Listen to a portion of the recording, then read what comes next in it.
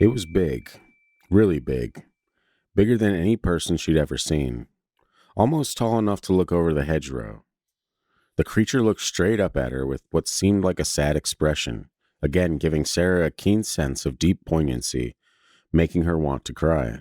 Then it turned and stepped back into the foggy darkness of the woods, disappearing without a sound. She never heard it howl again.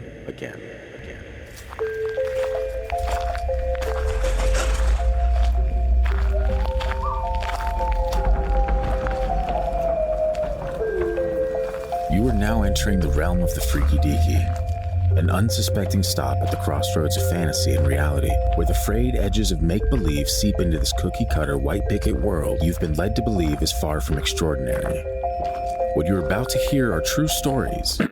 Alleged true stories. Christian, just... okay? Tales of the strange and inexplicable thought only to exist in film and folklore. Although difficult to accept, we do not know everything about this reality, about time or space, what lies beneath the ocean's depths. And try though we might, the unchanging truth remains. There are some things we legitimately cannot explain logically. Welcome back to the Freaky Deaky. We're here after 3 weeks of great fun. Christian's daughter has brought the plague into our home. Bring out your dad. Yeah, so we were suffering for the last couple weeks, but good thing we had a few episodes in the chamber and they were ready to roll out, so we didn't have to skip any of the bangers that we had planned, and everything worked out, and Christian and I and the baby and China all survived. If you're new to the show, welcome. Be sure to give us a 5-star on Spotify, Apple Podcasts, really wherever you're listening, but we're trying to get the Spotify reviews up, and I'm actually very proud of our listeners because last time I mentioned this, we had 48 or 49 reviews, and I was like, if we can get to 50, maybe Spotify will say, hey, there's other shows like this that you might enjoy. And I checked this morning and we have 54, and unfortunately, no, Spotify still doesn't believe that there's other shows out there that wants to help us spread the word about, I guess. So we're relying on you guys, and I've never been more proud of our listener base for helping us pass that 50 mark. Now let's get to 100. Let's get to 200, 300, 500, 5 million reviews, guys. Can we do it by next week? Probably not, but the week after. Yeah, at least 2 weeks. 2 weeks out, 5 million 5-star reviews. We can do it. We can make it happen. But yeah, be sure to like us, give us a review if you got a quick second. It really does help us beat that pesky algorithm that doesn't like sharing the show for some reason. I'm guessing it's the name. This is something we've struggled with from the start, but it's fine. We'll get there. While you're at it, be sure to follow us and comment and subscribe on all the social media pages. You got at Freaky Deaky Pod on Instagram, Facebook, YouTube now. And if you're a YouTube listener of the show, welcome. Comment down below your favorite episode so far or episode suggestions. We'll take it and run with it. All that aside, TFT Paranormal on TikTok if you're into that stuff. And there's a little something different on each platform, it seems like. Yeah, we really try to make each experience different than the previous one. So Instagram, I've been posting text shorts and all kinds of fun stuff. Got some bonus clips and stuff from the YouTube page on there. And then, the TikTok page is just weird, pretty much weird news. You know what? I'm not going to mansplain it to you. Get out there and go follow and like everything. How's that? You like that? Anyway, I think that's it. Every time we sit down and record, the first intro is rough. I'm having no problem. Well, yeah, because you're not saying anything. So this is the first intro, if you couldn't tell. Anyway, Christian, we're back with a very fun topic today. What are we talking about? We're talking about the big man, Bigfoot himself. We're doing a Bigfoot episode in the middle of a season. Can you believe it? I never realized it wasn't in the middle of the season. Yeah, it was always summer break stuff. We've never done like a full episode on Bigfoot stories, but this is pretty much I'm going to go ahead and do that without the puberty voice. This is pretty much a follow-up to something we did in like the first summer break, I believe, with Chris and Alex were out here. Right. Where you just kind of shared some of your favorite Bigfoot stories. And so we're doing that again, but we're doing it long form. With a couple crazy stories. Got some crazy stories in there, apparently. I haven't heard a single one of these. I decided to, since all your stories you kind of title, I decided to give it a go because it's so fun to hear the titles sometimes. They really do be like that. The first one is called The Train, Bigfoot, and a Ghost. Very mesmerizing titles you got there. Comes from one of the Rusty Wilson books, who we made famous on our podcast, at least, in the summer break episodes. Yeah, we made famous, I'm sure. He basically is a fishing guide in Colorado. That when he takes people out fishing, some of them tell him their Bigfoot stories. And he writes them down and records them and puts them in a book. And most of them are pretty fascinating. This one came out of Weird Campfire Stories, which I hadn't seen before, so I think it's a newer book. The story takes place in Green Valley, Utah. It is about a man named Jeb, who used to be a railroad engineer. Basically, he was driving the train.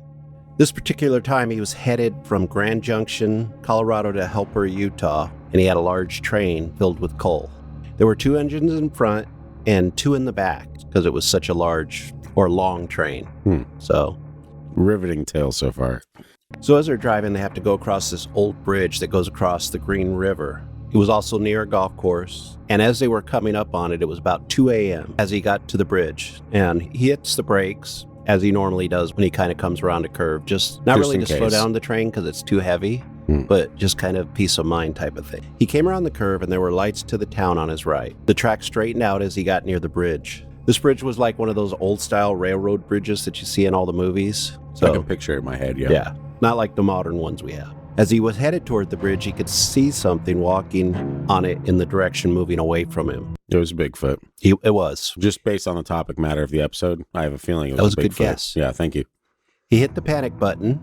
I don't know really what the panic button is. It's like an emergency brake or something? No, and then he hit the brakes. So maybe the panic button's letting everybody know there's something ahead or... Everybody freak out! Yeah, and he got on the train whistle. Hoot, hoot. Yeah. Quickly, the train came upon the figure, and he said it looked like a football player with huge shoulders. It also had a huge head, kind of like a Scot. Got it.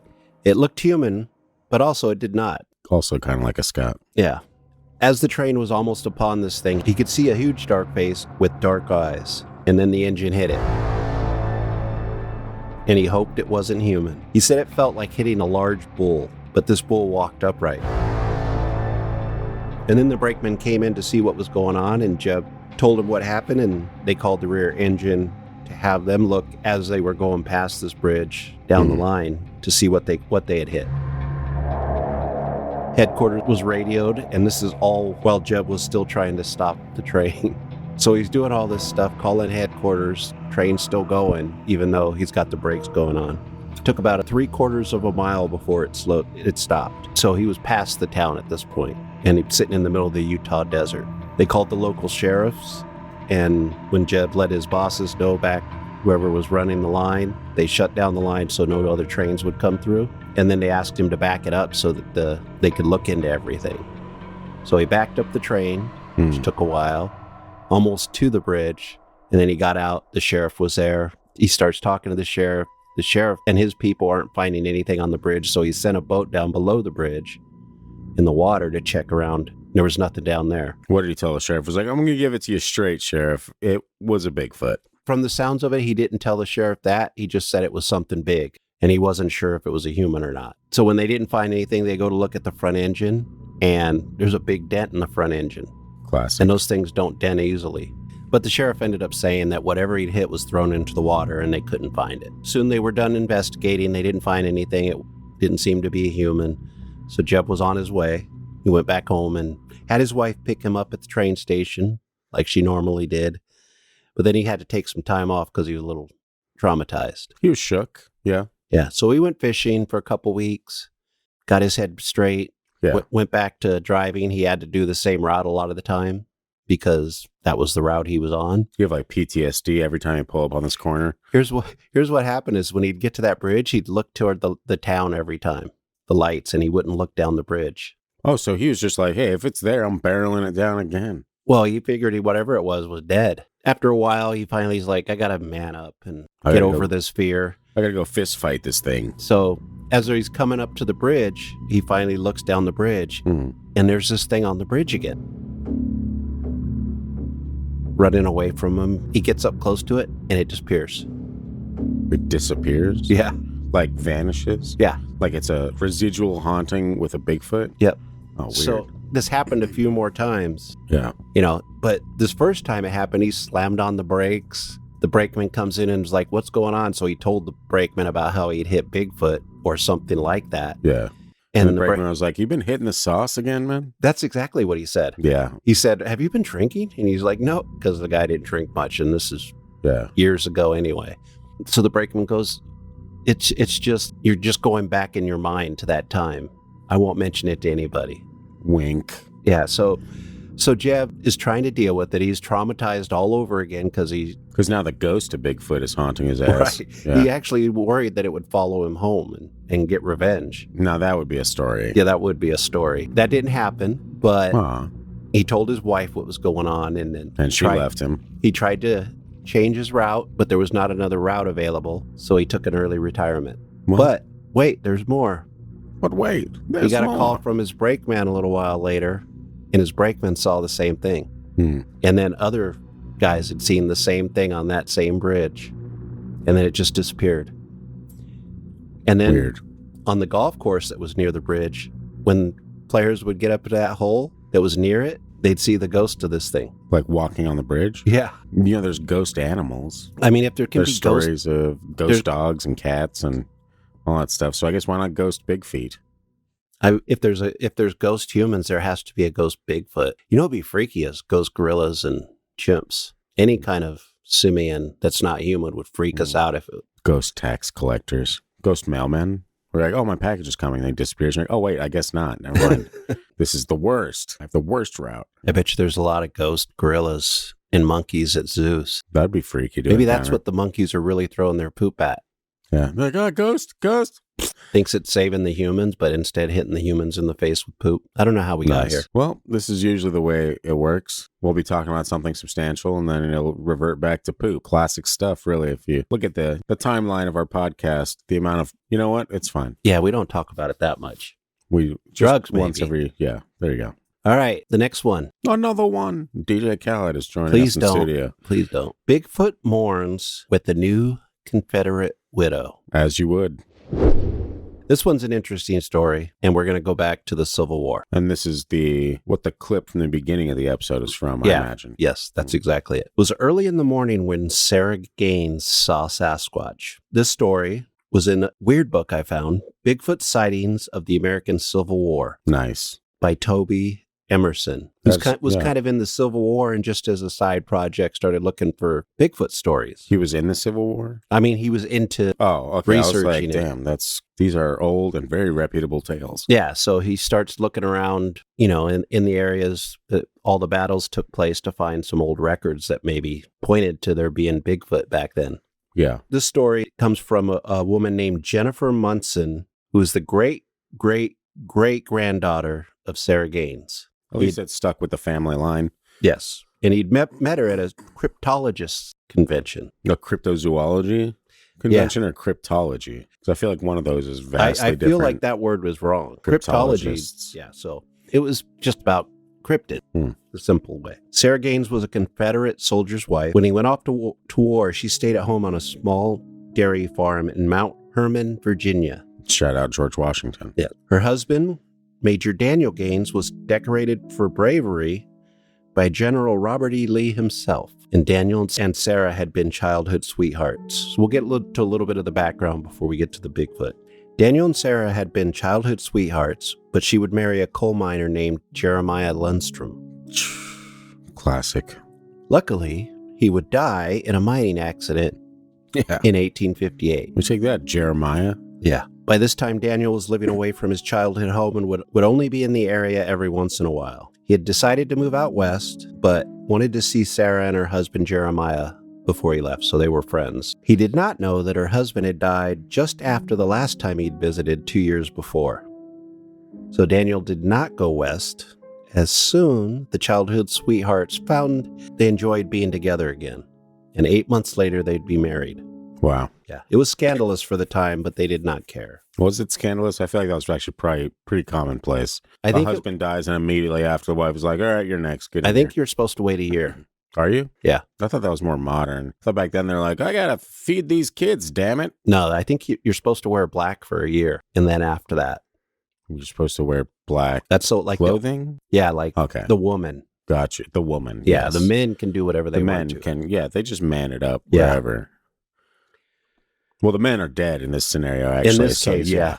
So maybe they wear just one thing constantly. Whatever. They were married 8 months later, and the town started talking about it, but they didn't give a crap. And they do. They were busy with the farm and raising her children, because she had children from the other guy. Classic. But then war came. Daniel felt he needed to help fight for the Confederates. It was his duty Is what he was thinking, Yeah, at the time, Yeah, maybe that's what just he was the thinking. Yeah, way it was. And yeah, we don't necessarily have to agree with that. It's Fine. Wherever we would have lived, if we were that age, we would have been the same way, whether it was on the Confederate side or you might not have. You might have been doing something else at that time. I would have been sipping lemonade from a deck somewhere. You might.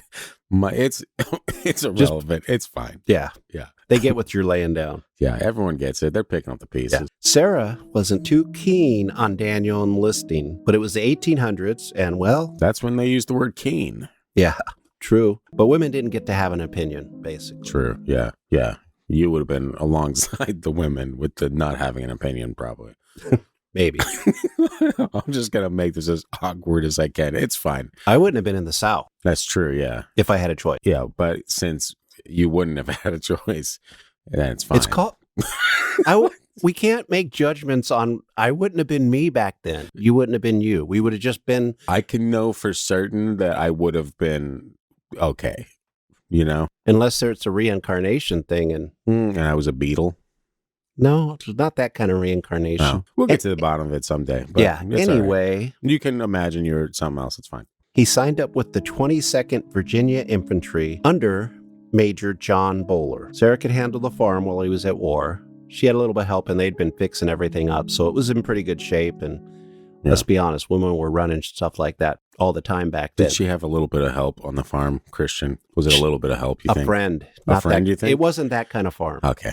They weren't. They were poor people. Just with of course. A farm to get by. So he moved up quickly and became a major and was assigned to the Second Battle at Manassas. In 1864, Daniel had a 2-week furlough, which he spent with Sarah and the kids, and he treated the kids as his own, and they had a wonderful time. Wow. Which kind of sets up what's coming next, because it's kind of a tragic tale. Yeah. Little foreshadowing there. Well, the title was... Yeah. Yeah. Sarah begged Daniel to take the posting that he had been offered that was closer to home and far away from the front lines, but And Daniel said, fuck that. He's like, I want to be where the battle's at. He's like, I don't want to take care of these kids anymore, Sarah. I'm out. Yeah. You milk the cows. Yeah. Get our help to milk the cows if you get me. Unfortunately, Sarah felt he was making a big mistake, but the major said, nonsense, my dear. There are no such things as premonitions. Wait, did she say that she had a premonition? She just told him he was going to die, I think. Oh. Something bad was going to happen. And she's like, how could you know, woman? Yeah. He was like, frankly, my dear, Yeah. I don't give a damn. Yeah. It's Gone with the Wind reference for you. Yeah, same time period. Classic. But she knew. A few weeks later, Sarah was back at the farm in a deep sleep, and she was awakened just before dawn by a howling sound. At first, she thought it was something coming from her subconscious, but so she just wanted to stay in bed. I picture it being Daniel out in the field after getting shot or something like ah! Yeah. There was I a knew sense it. of dread about her, she felt, though. She was afraid, but she overcame it, came the fear, and got out of bed. Her room was upstairs, so she opened up the window and looked out. On that deck we were talking about earlier with lemonade.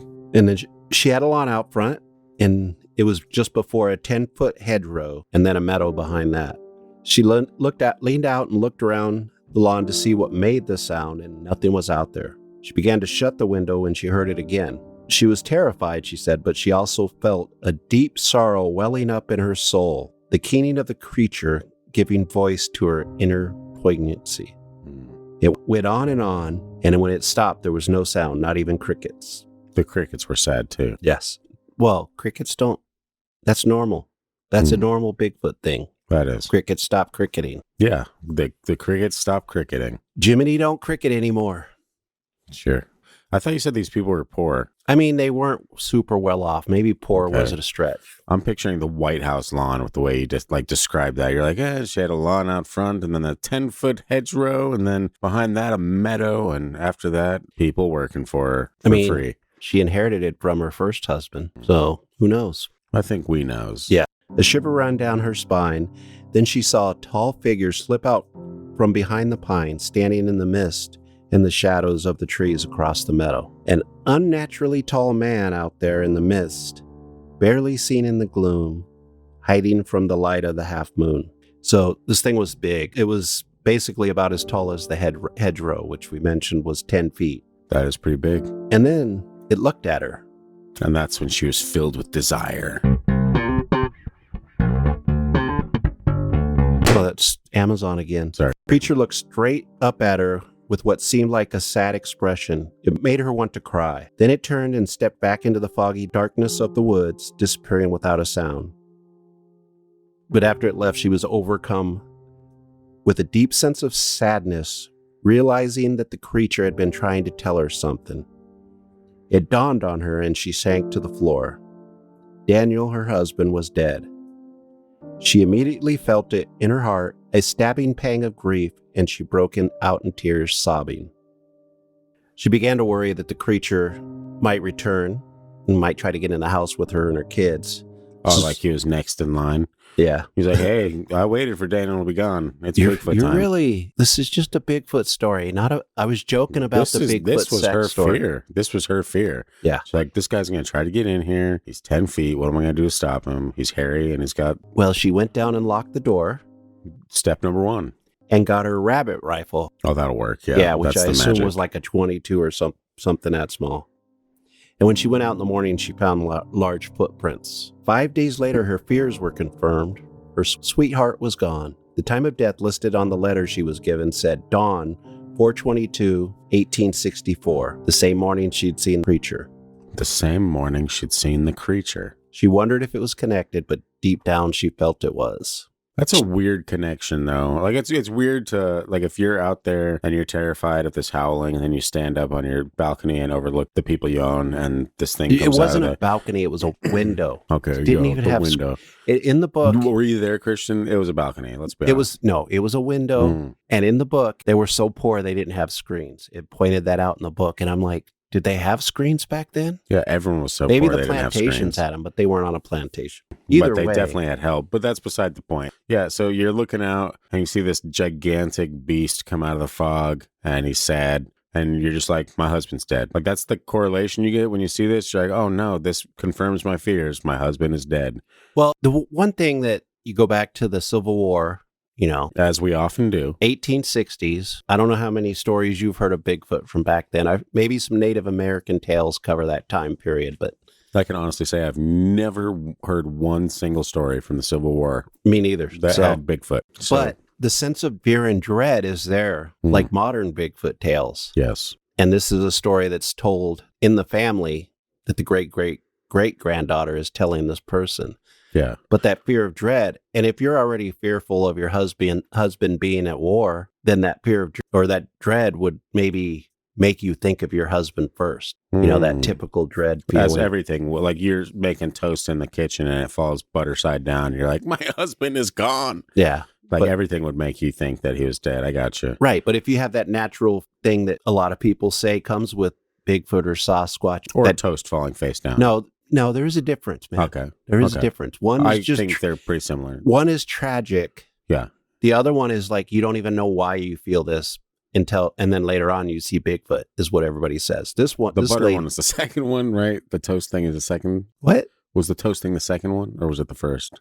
Like tragic. Tragic is the toast. Okay. Dread is Bigfoot. Okay. All right. Well, hey. I'm assuming our listeners understand the dread in Bigfoot. It's been in every story. You guys can let us know. All right. I'm just trying to paint an actual picture for you. Right. Yeah, with toast. This next story is a little annoying to me. You'll see why. It's called Dirt Roading in Texas with a night vision camera. Dirt roading? I guess that's a saying. Oh, God. Texas. Pull yourself together. What are you doing out there? I mean, it kind of makes sense, though. I'm like, I used to dirt road in the desert in California. No, dirt roads were in the desert. It's not a verb. You're not dirt roading. If that's you're driving on a dirt road. If you're just going to be like, you know what, family, we're going out and seeing what's on the dirt roads. We're off-roading. We're going off-road. That's the new thing when men wanted to make it all alpha and testosterone filled. I don't Back when you're just going to grab a six-pack and go riding out looking for Sasquatch, it's dirt roading, man. So anyway, this is from Bigfoot Frightening Encounters. And the guy that tells this story's name is Glenn Barrett. The whole point was the adults decided to take the kids out squatching in Texas. Yeah. And if it's like the 70s or earlier, no seat belts, kids in the back of the truck. And you got some road sodas. Yeah. Beers. Exactly. That's the way my dad did it. And that's the way you do it too. No, I don't. We can say whatever we want on the show and it has to be real. It has to be real, Christian. I don't drink the beer. And wine just doesn't go down the same in a truck. That's true. Yeah. So that's why he opts for the White Claws. Yeah.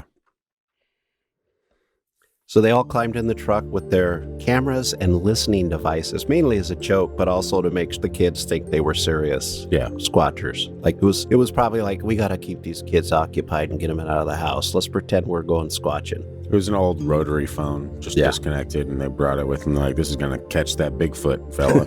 They were in a remote area of Jack County called Squaw Mountain. So they would eventually drive off. They found like a turnoff and drove and just parked, overlooking like a field and a creek bed. So everyone was passing around the different cameras and gadgets, messing around. And finally, the main guy, whose name was Glenn, gets his night vision camera passed to him. So he scans the field and just looking around, and as he's about to turn it off, he sees like this black blob right by the trees. It was big and not moving. He thought it was a cow, and he focused on the camera on it to kind of get a better image of it, and he thought it was a cow lying down. But then it stood up facing him. He was like, I see you, Glenn. Yeah. You pervert. Stop watching me. This was no bovine creature. I don't know why I put that in there. Take it out if you want. I think I'll leave it in there. Yeah, I think you will. So this creature, after looking at him, turned to the left, took 3 strides into the tree line, and he moved like a cat, the guy said. Now this is when Glenn decided to hit the record button.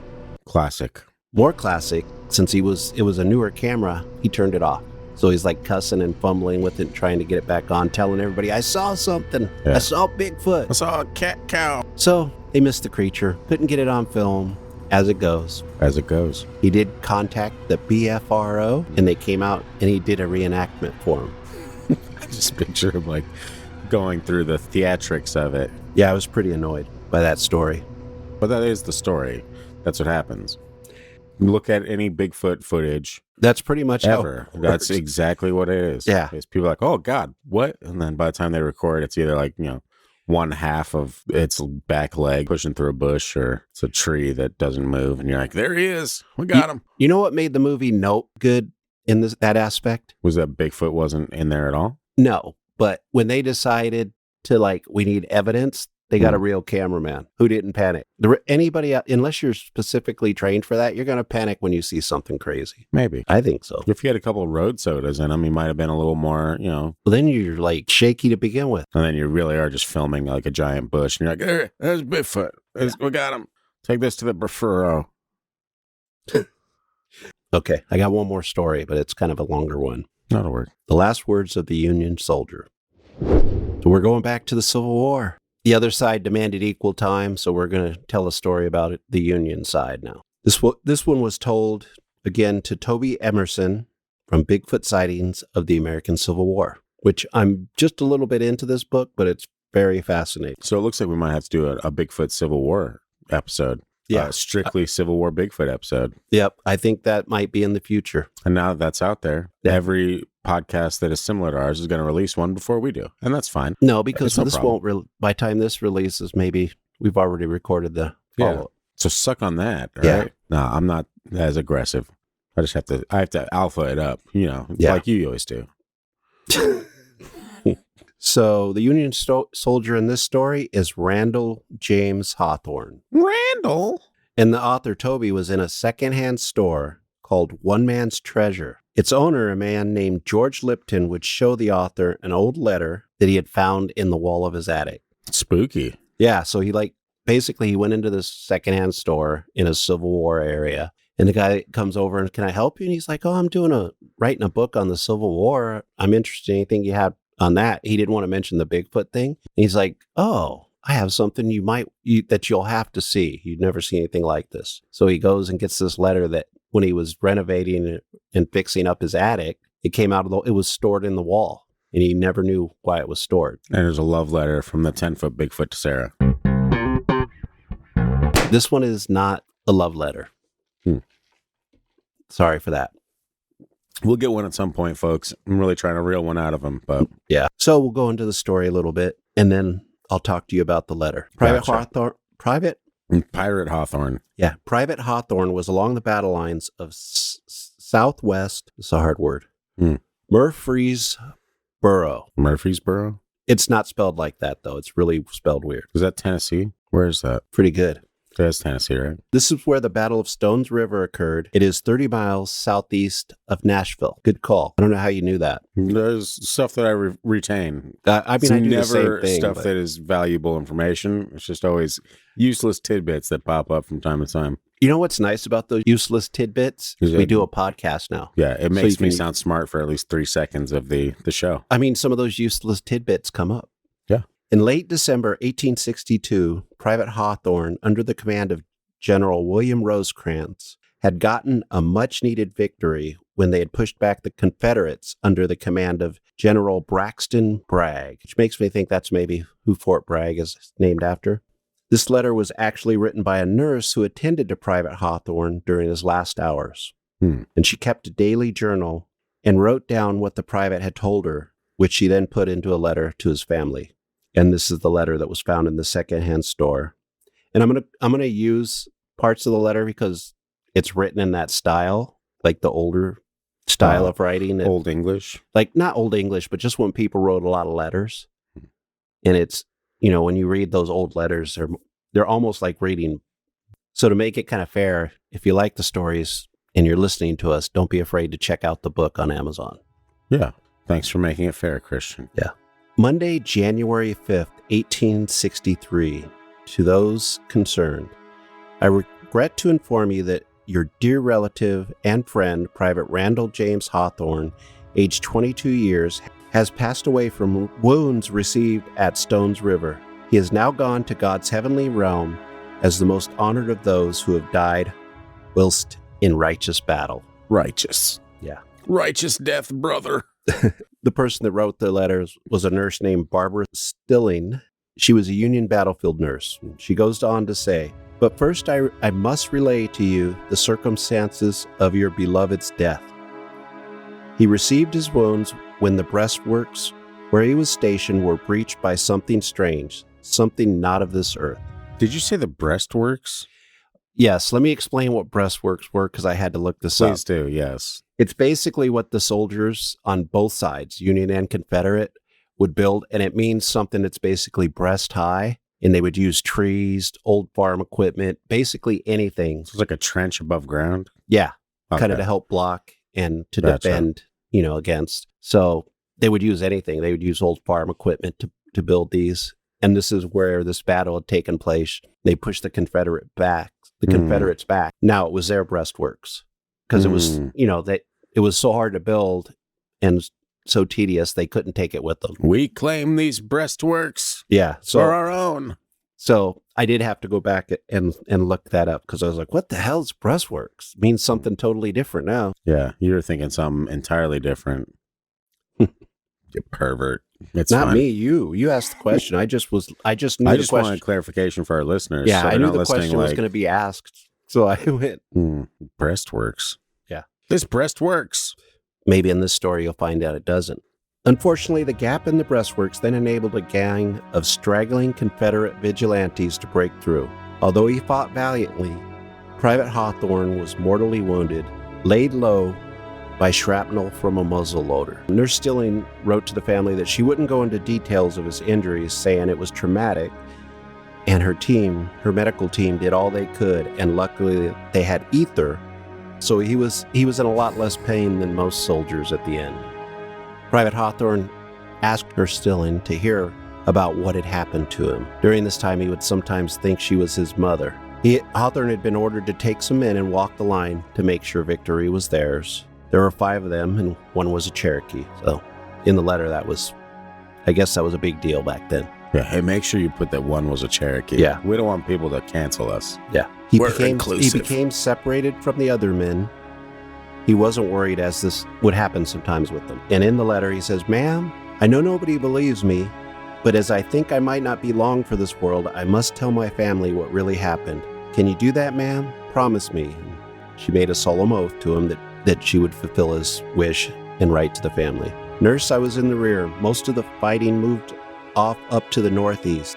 Our unit tasked with sweeping up, getting the injured to the infirmary, collecting abandoned weapons, taking prisoners, that sort of thing. Our section had 22 horses with carts, ropes, weapons, and shovels, along with nearly 100 men, all seasoned veterans. So again, he was separated. Then I heard what I thought was a strange mewling, like a cat way off in a distance. I realized it was coming from way up the line in the rainy mist, where the enemy was probably still lurking. Vigilantes hide in the shadows, out away from the battle lines, the roaming cowards that they are, afraid to stand up in regular battle with the enemy, just like Pa told me they would. Upon hearing it, I thought, if that's a wildcat, it's a damn big one. And then he says, sorry, ma'am. I didn't mean to swear at you. Yeah. It was hidden in the mist, but I could tell it was way out yonder, not nearby. As he got closer, he starts to realize it wasn't mewing at all. It was screaming. Very big difference. Yeah. He said, I felt the hackles go up my neck and I shivered. He was scared, yet he needed to know what was making that sound. And in the letter, it was like a big bull had somehow acquired the tongue of a person, nearly able to make sensible talk, all weird, like some kind of foreign language. It still put hackles up on my neck. So Nurse Stilling is reassuring him at this point, and he was kind of calling her Ma. So she was like, no, I'm not your mother. Finally, I slunk up quietly behind a big winterberry bush and seen it. What I first thought was a big shaggy bear all tangled up in the works. It was only about 40 or 50 yards away, but this was the first clear view I'd yet gotten of it. As I watched for a few seconds, I seen it wasn't no bear, it was way too large, and it stood on two legs like a man. It had long tresses of wetted black hair dangling from its arms, and big black hands, like a slave's. Christian. Not my You words, dirty sinner. the words of a man, Canceled. Racist. a Union soldier in the 1860s. I could see its cold breath as it panted in the humid air. I don't know what the thing was, Ma, but it sure put the fear of hell in me. This is when he cocked his gun and raised it, his Springfield, and raised it to fire. At the nurse or at the He's Bigfoot? talking to the nurse, telling the nurse what happened. Gotcha. On Okay. the field, he's cocked his Springfield and raised it. But he stopped. He didn't want to give away his position to what he called the stragglers. So every time he talked about these kind of people, he was like really hateful. What do you mean these kind of people? Like the stragglers, they weren't real soldiers, but they would come down and kill soldiers when the soldiers were mopping up in certain areas. But then the beast seen me through the spindly winterberry. It looked up from its predicament and straight into my eye. Its face was a dark bluish gray, wrinkled up in pain and anger, soaking wet from all the cold rain. And I swear on my grave, its eyes glows red. Red like they had their own light shining out from inside its head. Very detailed letter. From 40 yards away? Yes. To a soldier, maybe that's not that far. So he probably had good eyes back then. I know. Yeah, I'd be like adjusting my glasses. Like, I can't really see if is that a bush? So this thing's roaring at him. He thought by looking down at his feet it would stop, which it did. Weird things people think of at times like those. Look at your feet. That'll distract it. But then he heard the crack of wood, and the creature began to free itself from the breastworks. It threw a tree that had been part of the works, basically like it was a toothpick, and pushed a large cart aside. To free itself, it tore patches of its own hair from its body. So I guess it was trapped, and it somehow gotten trapped in these things until it saw this guy. And as it pulled away, Hawthorne could remember seeing those pieces of hair hanging from the breastwork. So the creature started coming at him. It was moving fast. It had a limp, but it was still moving pretty fast. So again, he raised his Springfield rifle, pulled the trigger. Nothing happened. Classic. Powder was wet, and it still was coming at him. He cocked again in desperation and pulled the trigger. This time it fired, and there was a cloud of smoke. He couldn't see anything, but as the smoke cleared, it wasn't there anymore. But he could hear it crashing through the trees and the bushes. So it was running away. But the gunshot had drawn in a tattered group of men, not even in uniform, just worn leather and flannel. He held them off for a bit after reloading until he heard a loud muzzle flash and then found darkness. When he woke up, he was in the hospital. His companions had heard the gunfire as they were nearby, and they saw the beast run by him, and they were able to fight off Hawthorne's attackers and get him to the field hospital. And his last words were worries about chores he couldn't do for Mom and Pa, and he asked they be told that he loved them. The nurse says, "May God be with you in your time of sorrow. Be comforted. Your loved one rests peacefully now with the angels. I hope I've now fulfilled my solemn oath in Private Hawthorne's eyes, in your eyes and the eyes of our dear Lord. Most sincerely, Nurse Barbara Stilling, Army of Cumberland. It's a very interesting story. I struggle to understand how this thing got stuck in the breastworks, though. If it can throw a tree like a toothpick and, push a gigantic cart out of the way, I think it's one of those things where if you're crawling over it, because it's not really stable, it's just things stacked together. Yeah. You could slip into it and get caught. When you're first caught in something, You just think it's over. You're like, well, they got me. yeah, especially if you're in a war area. It's probably like panicking a little bit, and then it sees Something panic. trying to shoot at him. The only other thing I got that it didn't really tell in the story, and this is a reach. What if the Confederate soldiers had it trapped there until the battle was over? So then when it sees this guy walking up with a gun, he's like, I'm going to kill you because you've had me trapped. I mean, we've heard stories of people supposedly capturing young Bigfoot before. Have we? I think in South America, I've read a couple stories about it. And then the Solomon Islands, they had something similar. True. Yeah. Wasn't it mango? That was just a weird theory. Maybe they had it trapped there, and then when they were gone, it could get away. And then it saw this guy and went after him. And if he wouldn't have shot at it, it would have probably Eating his head. Yeah. Hey, all right, it's time to die, dude. Gotten some retribution. That would be a really strange letter to find. Yeah. So you'd be like, wait, whoa, hold on a second now. Yeah, maybe these Civil War stories aren't true, but I mean, some of these people that are there in these battles are real people. Yeah. So Rosecrans and Bragg. So And Sarah and her 10-foot lover. Well, not a lover. It's a We messenger. don't know that for sure. The story ended before, It was two humanoids suffering in sorrow. Isn't that what all love stories are? Two humanoids suffering in sorrow? I guess you're right. Yeah. Good night, everyone. No. Yeah, so those are pretty good. Pretty good. Never heard Civil War Bigfoot stories before, so it's always nice to get something that is fresh. Not as fresh, it's the Civil War, but fresh in our minds. Well, it's fun. Like, I like finding these crazy, because, I mean, you see it all the time. With what we do or what we're into, what we research, there's a million Bigfoot stories. Yes. And every once in a while, it's nice to hear one that's not really, maybe it's in the mainstream podcasting. Yeah, we story get you those niche stories that you crave. that you didn't know you craved. That's right. And maybe you didn't even know we're out there. But those are some of my favorites. Those kind of, it's like, what the hell? Like the first one, even though it was like, did Bigfoot really know her husband died?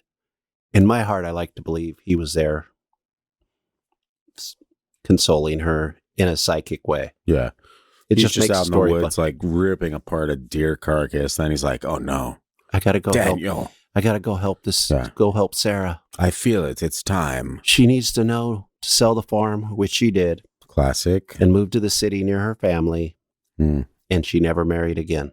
She never married again? Yeah. Just a torrid love affair with the big old 10-foot Bigfoot guy. That's probably why she had to leave. She's like, I already got too scandalized with marrying after 8 months, and now people are going to see me with this Sasquatch? furry creature. Ugh. People probably wouldn't talk as much shit, though, if they see her with a 10-foot Sasquatch. Like, oh, there's that whore! And then they get ripped apart. You know how that story always ends? Pitchforks and burning. Pitchforks and burning. Yeah, those are very interesting stories, Christian. We got to do these more often, man. Like I said at the beginning, we really only did them for summer break. And then after that, we'd always talk about, we need to do like a full Bigfoot episode. We need to do a full Bigfoot episode. We never do. But people enjoy Sasquatch stories, man. I love Sasquatch stories. That's why I think I have so much fun each time we've done it, which is really weird for me to love them. Since you don't believe in Sasquatch. I believe there might have been a Sasquatch. I have trouble believing there's any now, or very many now. We'll find some. Especially not in certain parts of this country. We just got to go to the Pacific Northwest, hit up Washington State. I'd much rather go there because the Alaska ones sound really violent. Yeah, we don't need that. No. We definitely don't need that. I don't know, maybe this summer we go check out some places, scope them out, and if you have squatch what the energy. happens. If I have the energy. I'll leave my son at home. He can energy vampire my wife. I don't think that's going to happen, man. Yeah, she'll be like, well, you're not taking me with you? I like the woods. No, we'll just take him. No, because then I gotta sacrifice myself if we see something. No. I ain't trying to die, dude. You know what we do is like, we're going to take him. We're just going to call him bait. Reverse psychology. No, I'll keep him here with me. Yeah. That's exactly what happened. No, she'll be like, I'll come with, and you can just carry him and the 15 items and his backpack and the diaper bag and his milk supply and his crackers. We're a few months from blankets. AI producing our own little baby Yoda pod. Ugh. It's coming soon, man. It's Sure. going to be the rage. Invest now. Exactly. Not financial advice, but it's fine. Anyway, I think that pretty much wraps it up. I think that's all she wrote for the Bigfoot stories this time around. Let us know if you liked them. We can do more. Yeah, and we will do more. I want to incorporate Sasquatch a little bit more into the show. It's always a big fan of those stories. It's funny that we haven't done it in the regular season. I know. Yeah, this is a first. But there's a first for everything. And this is the everything in which it's a first. And that's fine, guys. It's fine. If you enjoy the show, if you're new to the show, enjoy the show, whatever. If you've been lurking around in the shadows for a while, send in some love. Tell us what you want to hear about. Yeah, tell us what you want to hear about. Rate the show. Give us 5 stars on Spotify, Apple Podcasts, Google Podcasts, Amazon Music, wherever the hell you're listening. Just rate the show. It helps us more than you know. If you want to help the show grow in other ways, financially and or spreading the word, you can check out the merch store at thefreakydeaky.com. We've been getting some merch orders in lately for some of our incredibly dope designs, and if you haven't checked them out, at least go browse them. They're pretty sweet, especially if you're into the weird stuff, bright pops of color. That's just how we do things around here.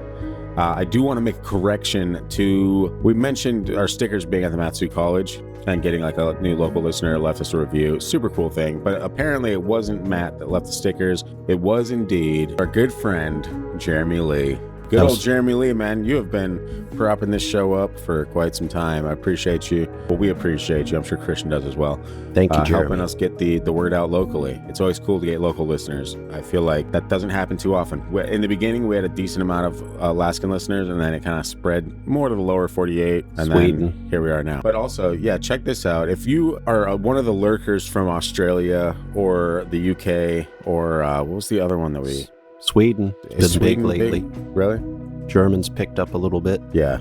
If you're one of these international listeners, send us a message. We love hearing from you guys. It's super cool to know that we got international listeners that are more than just one-offs. So if you're enjoying the show, let us know what your favorite episode was. Or if there's lore from your neck of the woods, shoot it over. We love hearing that type of stuff, and we love talking to you guys. So send that over to the gang at thefreakydeaky.com. Send over your listener stories, your paranormal experiences, your UFO sightings, whatever you want to do. Or if you just want to let us know that we're the coolest couple of weird people you've ever met or never met, do that. It's fine. But in the meantime, I've been dragging this on for too long. Christian needs to see his grandson for a couple minutes before he takes a nap, and my wife could probably use a bathroom break.